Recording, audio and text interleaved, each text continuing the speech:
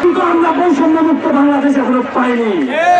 আমরা দেখেছি শুধুমাত্র উপদেষ্টা মন্ডলীতে যাদের নিয়ে আসা হয়েছে তারা চট্টগ্রাম বিভাগ, ঢাকা বিভাগ, এর বরিশাল বিভাগের মধ্য থেকে।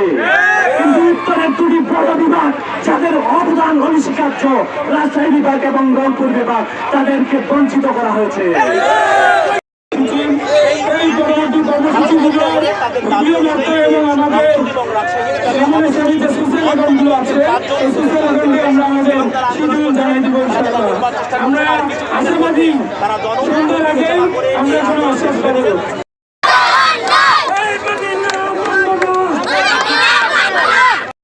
সেই বৈষম্য দূর করে রংপুরকে বাংলাদেশের